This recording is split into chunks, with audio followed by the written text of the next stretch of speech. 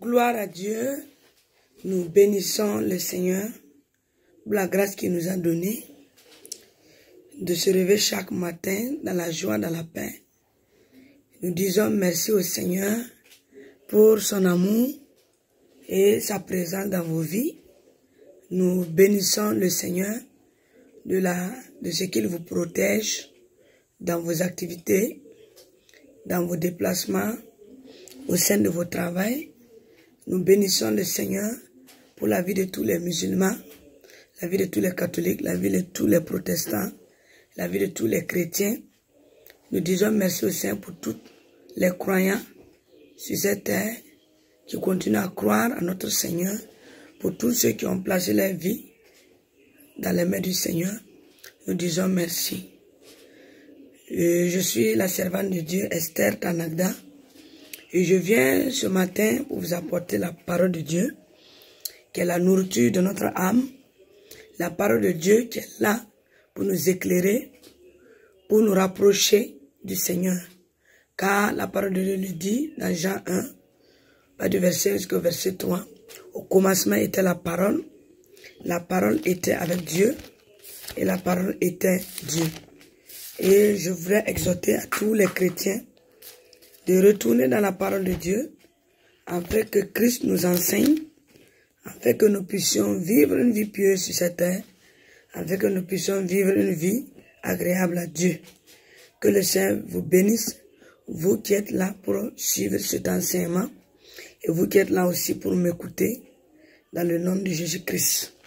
Ce matin, le message que je voulais apporter aux chrétiens, qu'est-ce que la foi?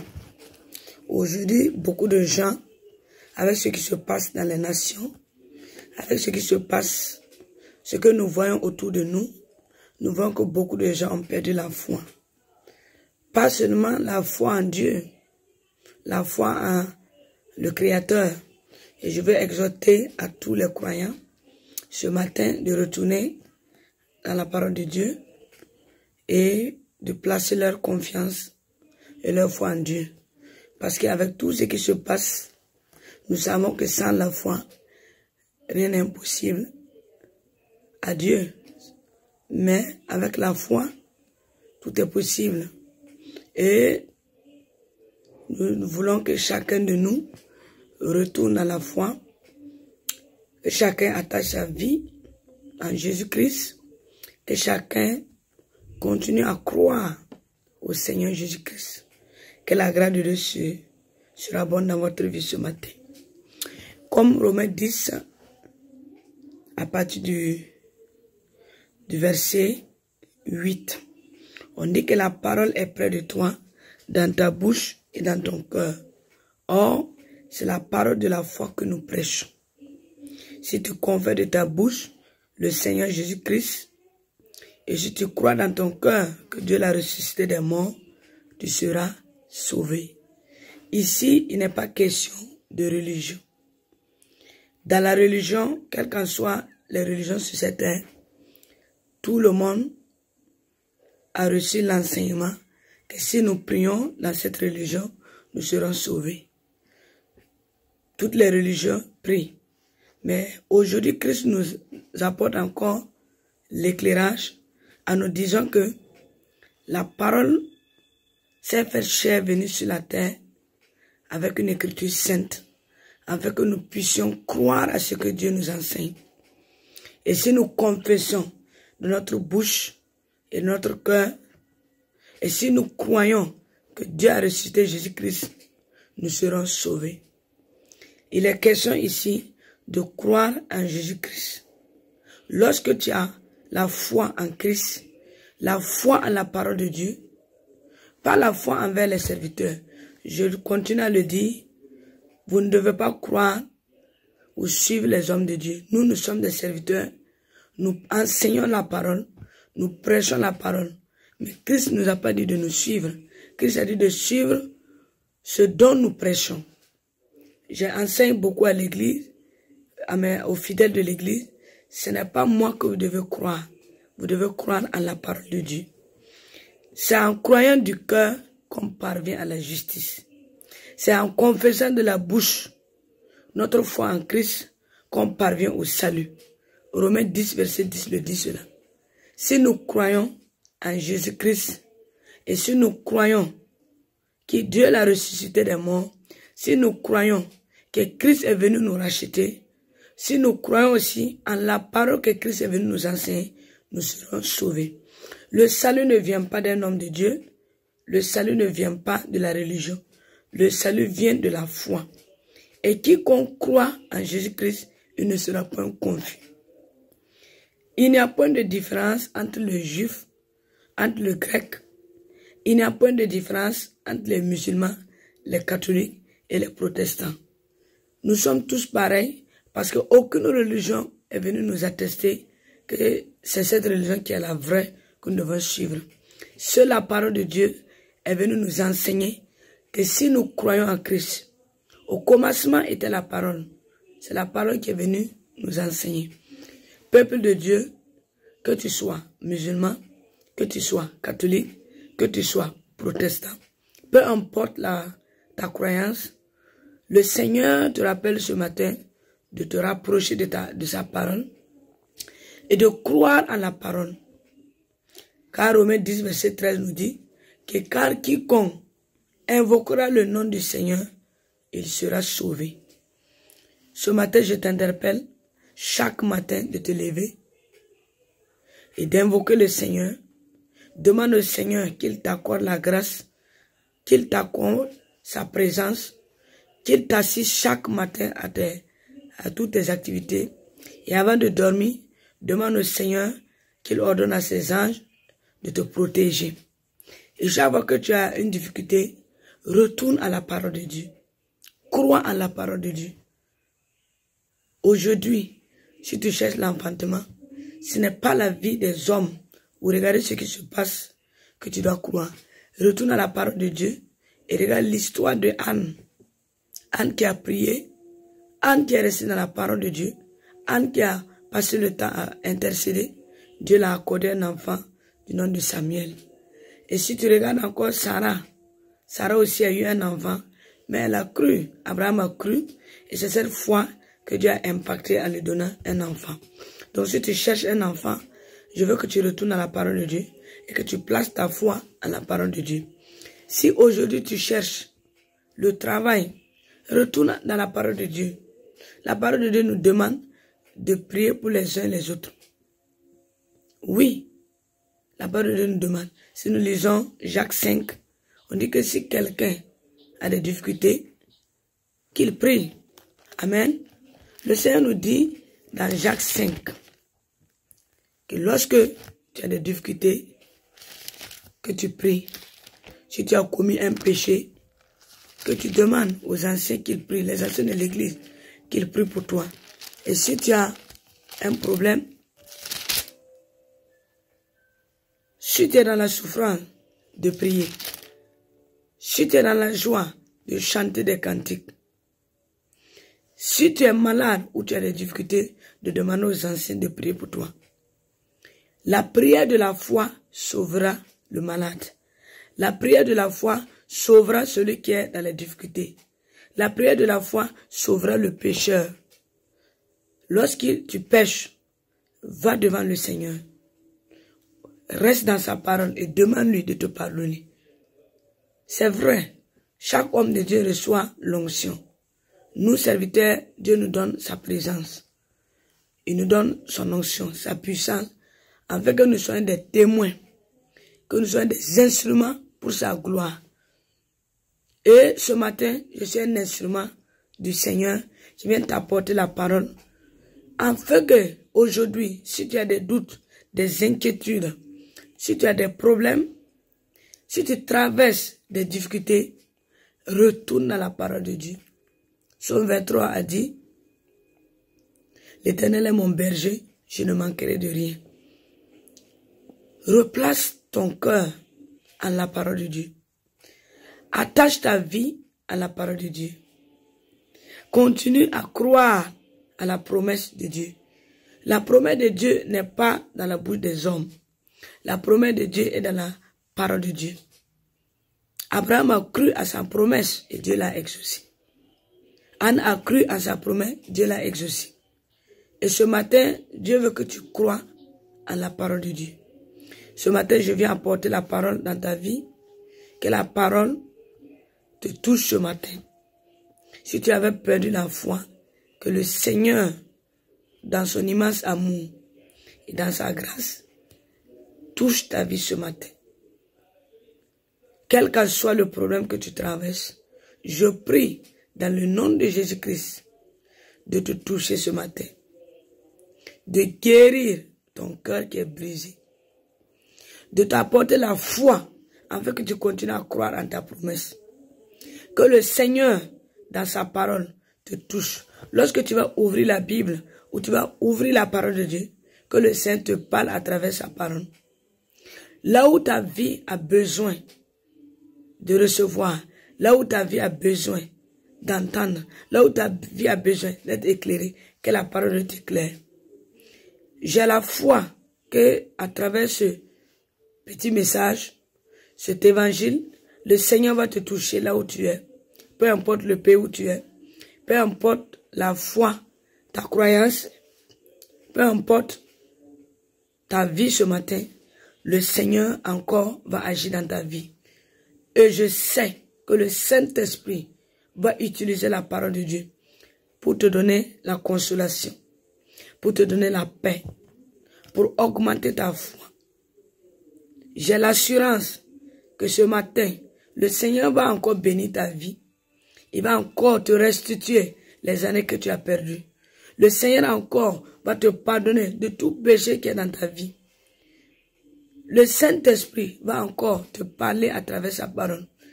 Peuple de Dieu ce matin, retournez dans la parole de Dieu. Ne regardez pas ce qui se passe dans les églises. Ne regardez pas ce qui se passe dans les mosquées. En tant qu'évangéliste, en tant que serviteur de Dieu, qui dirige un ministère, je viens encore pour te dire ce matin de revenir dans la parole de Dieu. Reviens dans la parole de Dieu. Comme la parole de Dieu déclare, il dit, revenez à moi. Oui, le Seigneur dit de revenir à lui.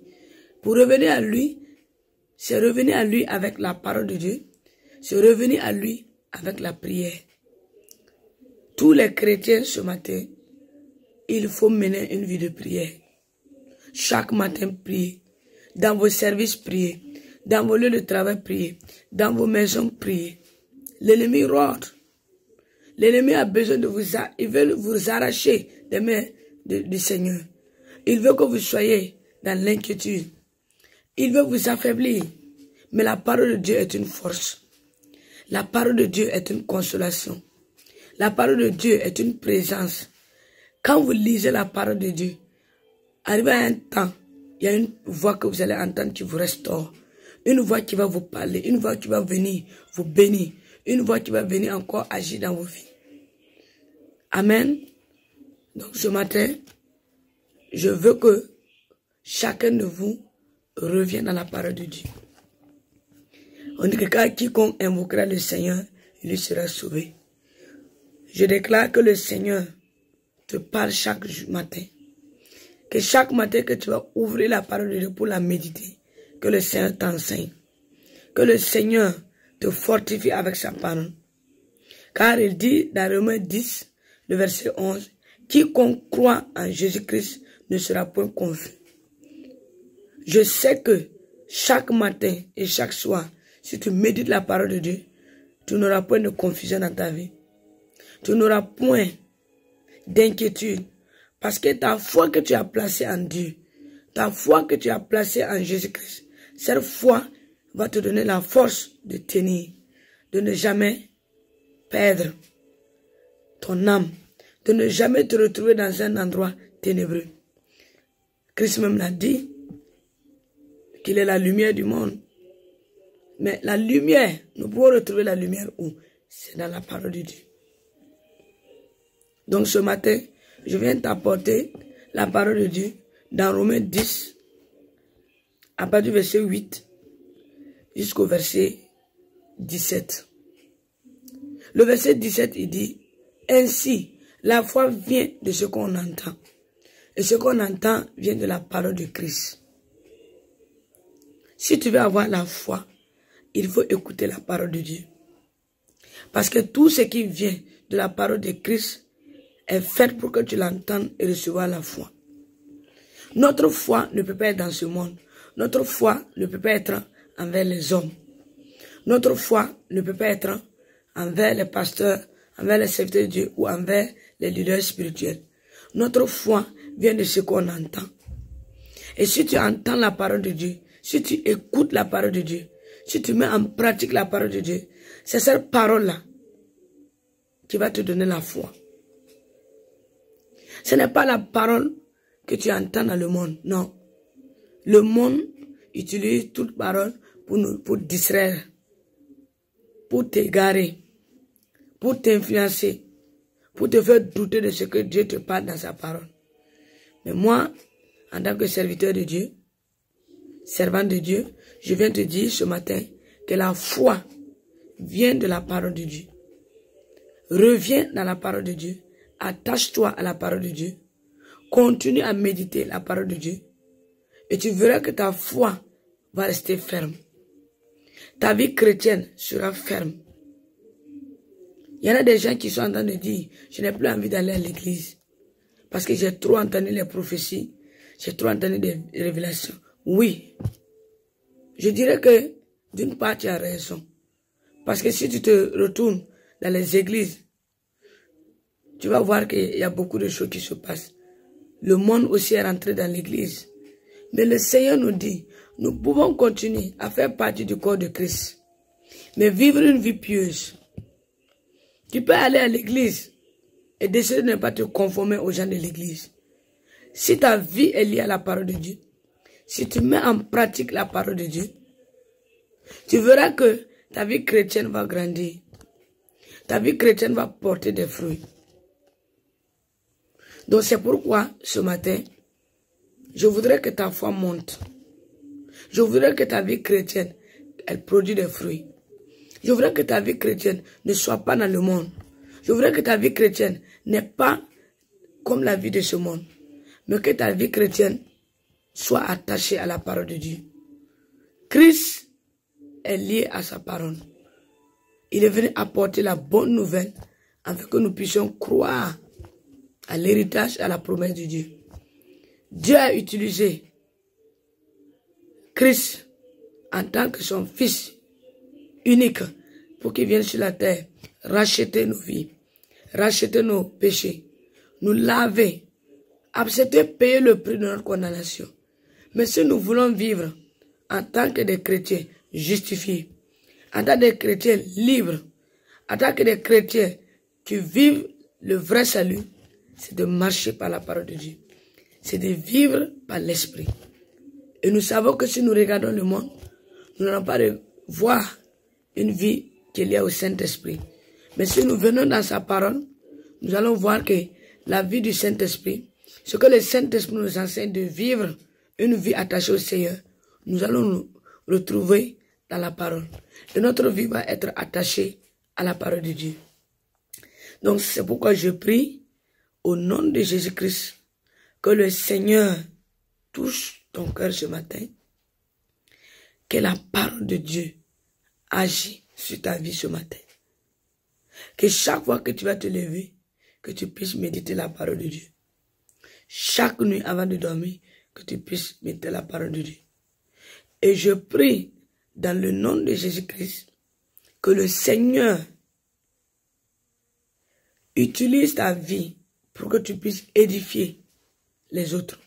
Que le Seigneur utilise ta vie, que tu puisses transformer des vies. Que le Seigneur t'utilise afin que tu sois un instrument pour le royaume de Dieu. Et encore, je viens ce matin te dire, il n'y a point de différence en Jésus-Christ. Que tu sois musulman, que tu sois catholique, que tu sois protestant, ce n'est pas la religion que Christ regarde. Christ veut que tu places ta foi en lui. Place ta foi sur la parole de Dieu. Place ta foi sur la parole de Christ et tu seras sauvé. Que le Seigneur bénisse son peuple.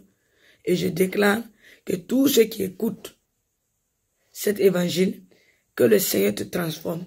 Si tu avais des difficultés à méditer la parole de Dieu, que le Seigneur te fortifie, avec que chaque jour, tu tournes ton regard vers la parole de Dieu.